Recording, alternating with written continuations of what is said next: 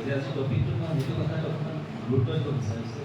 যিটো য়োগা বুলি আমি ভাবি আছোঁ একচুৱেলি সেই য়োগাটো সেই শক্তিয়ত নহ'ল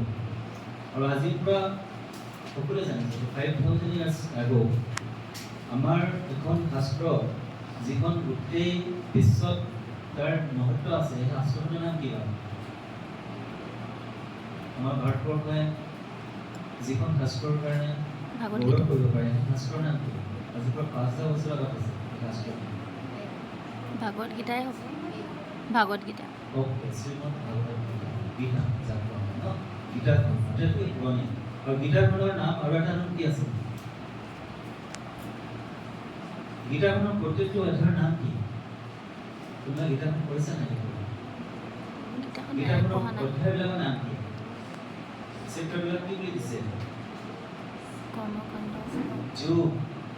যোগ শব্দ প্ৰয়োগ কৰিছে প্ৰথম চেপ্টাৰটো হ'ল বিষাদ যোগ 18টা চেপ্টাৰ আছে 18টা চেপ্টাৰৰ নাম যোগ দিবলৈ আছে বিষাদ যোগ জ্ঞান যোগ ভক্তি যোগ যোগ কৰ্ম যোগ অকৰ্ম যোগ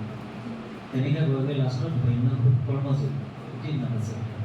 আৰু যিটো যোগৰ কথা আছে ৰাজযোগ যিটো চেপ্টাৰলৈ আমি